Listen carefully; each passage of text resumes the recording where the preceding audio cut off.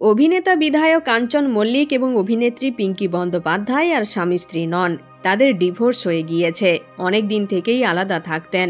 এবার দ্বিতীয় স্ত্রী পিঙ্কির সঙ্গে আইনিভাবেও ছাড়াছাড়ি হয়ে গেল কাঞ্চনের।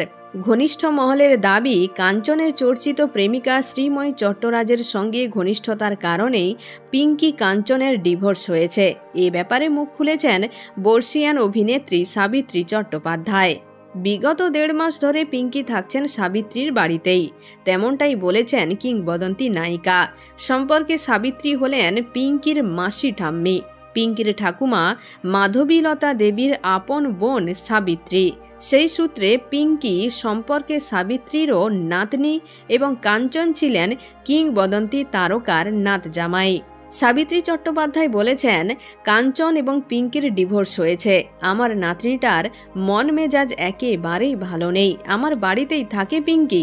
ঠিকই হয়েছে, পিঙ্কি কাঞ্চনের ছাড়াছাড়ি হয়েছে। এ বিয়ে থেকে কাঞ্চনের রয়েছে এক 6 বছরের পুত্র সন্তান ওশ। ওই ওশ শুরু থেকেই মায়ের কাছেই থাকে। সাবিত্রী বলেছেন, পিঙ্কি কাঞ্চনের পুত্র ওশ থাকে আমার বাড়িতেই। ওর মায়ের কাছেই থাকে সারাটাক্ষণ। বাচ্চাটা ভালো আছে।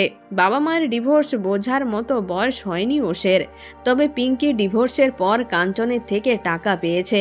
এখন আমি ওদেরই অভিভাবক। এখন এ পর্যন্ত। আবারও দেখা হচ্ছে বিনোদনের পরবর্তী আপডেট নিয়ে। ধন্যবাদ।